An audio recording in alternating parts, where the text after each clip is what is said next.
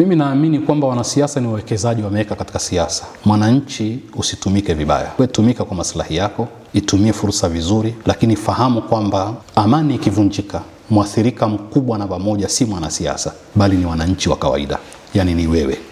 Kwa hivyo usikubali kuchochewa, kwa sababu mwishowe hao wakikimbia tu, jirani hapo anapewa nafasi ya ukimbizi, na akipewa ile anapewa na nyumba na heshima zote. Wewe ukikimbia utapeleka kwenye kambi. Kwa hivyo fahamu kwamba wewe na yeye mko tofauti. Akivunja amani ukashangilia wewe, mkakimbia nyote, yeye ataenda kuhifadhiwa kwenye nyumba nzuri na atapewa huduma zote na mshahara, wewe utakimbia kwenye kambi. Kule utakaa na vikopo kule, foleni ya kupewa chakula. Kwa hiyo lazima uelewe hili kwamba hawa wawekezaji katika uchumi na katika siasa wasikufanye wewe ukapoteza amani yako, kwa sababu wewe utakuwa mwathirika namba moja. Kiongozi yoyote anayechaguliwa anaakisi aina ya jamii iliyokuwepo. Mwamko wa jamii ndio unaweka aina ya kiongozi. Vile mtakavyokuwa ndivyo mtakavyotawaliwa. Hakuna kipindi muhimu sana cha mwananchi kama kipindi hiki. Mwananchi akiwa mwerevu anaweza kuweka utaratibu wa kutawaliwa miaka 5. Na ukiona mwananchi anashabikia vitu ambavyo havina msingi, basi hiyo ndio level yake. Anafaa kutawaliwa na huyo mtu. Kwa hiyo mimi nataka kusema kwa mukhtasari, awareness ya watu wetu ni ndogo sana kuhusu haki zao za kumchagua kiongozi. Hawajui hasa wanamchagua kwa ajili ya mambo gani ya msingi. Na ndio maana mtu anaweza akauza haki yake ile kwa gharama ndogo sana, akaweza kusafa kwa miaka 5. Kwa kuna mambo, kuna vipaumbele katika mambo ya kijamii ambayo kwa watu walioendelea wanaweza kujua kwamba tunaanzia wapi tunaishia wapi. Sasa sometimes kuna sera za kitaifa, alafu kuna maeneo fulani yanahitajia vile vile maendeleo yake. Sasa inategemea ni kiongozi gani. Kama ni kiongozi kama ni diwani, kama ni mbunge, kama ni rais wa nchi. Rais wa nchi panakuwa na sera za jumla. Mambo ya afya, mambo ya barabara, mambo ya elimu, mambo ya nini, yale mahitaji ya msingi ya mwanadamu kwa ujumla. Anahitajika huyu mwananchi ajue kwamba anaweza kupata nini, na hasa katika ulimwengu wa kibepari. Mwananchi aliamka ni yule anayehitajia huduma bila kuzilipia gharama kubwa. Kwa sababu kutokupewa gharama bure, huduma bure ni kitu kigumu sana katika ulimwengu wa kibepari. Zitakuja kwa mlango wa nyuma. Sasa mwananchi anayejitambua ni yule anayepigania kupata huduma za msingi kwa gharama ndogo. Kwa sababu hata akitaka kwa bure ni vigumu.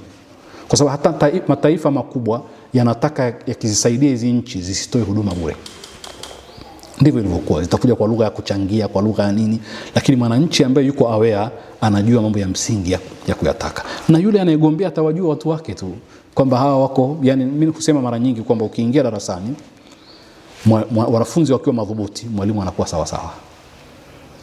Ikiwa maswali ya mwalimu ya wanafunzi ni sawa sawa, ya kina na kuchokonoa na kujadili alichokisema, kesho akiingia anajiandaa.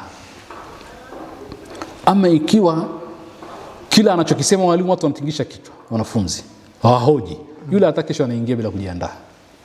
Ndio maana nataka kusema awareness ya watu ndio inayotengeneza kiongozi madhubuti. Kwa hivyo kubwa ni ku raise awareness ya wananchi, kujua kwamba ni mambo gani ya msingi kwao yatakayowafanya wao maisha yao yawe rahisi. Swala la kugaiwa halileti maendeleo, bali swala la kuweka misingi ya maendeleo ndio linaweza kuleta maendeleo. Mimi naamini kwamba waandishi wa habari katika taaluma zao nyingi sio taaluma tu za kufikisha taarifa, bali ni kuelimisha. Na ndio utaona sasa hivi kuna waandishi wa habari ambao wao wenyewe hawana taarifa, yani hawajui, yani hata kutamka nchi fulani hawezi, lakini anaitwa mwandishi wa habari. Kumhoji mtu hawezi, anawezaje kuelimisha jamii? Na huko ndiko tunapokwenda. Lakini kuna waandishi wa habari ambao anaweza kuelimisha jamii, na ndio kazi yao kubwa, kufikisha taarifa sahihi, jamii kaelewa kwamba nini maana ya kiongozi na tunatakiwa tudai nini sisi kwa viongozi. Kwa hiyo mimi nitagonga katika nukta hiyo yote kama tuna tatizo katika uelewa wa watu wetu, katika kujua haki zao za msingi ni zipi na wadai vipi.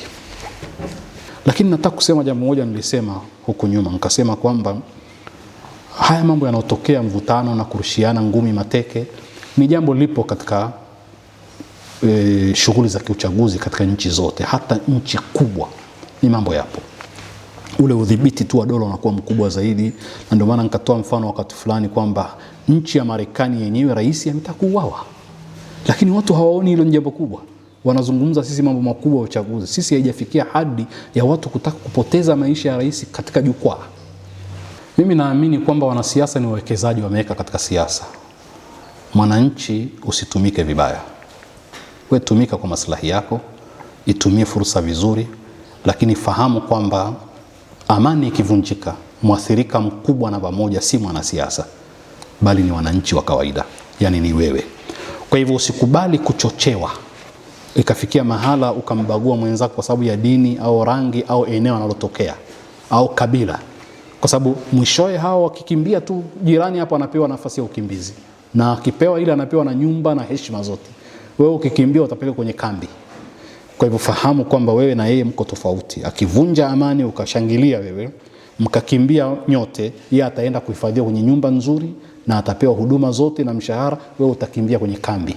Kule utakaa na vikopo kule, foleni ya kupewa chakula. Kwa hiyo lazima uelewe hili kwamba hawa wawekezaji katika uchumi na katika siasa wasikufanye wewe ukapoteza amani yako, kwa sababu wewe utakuwa mwathirika namba moja.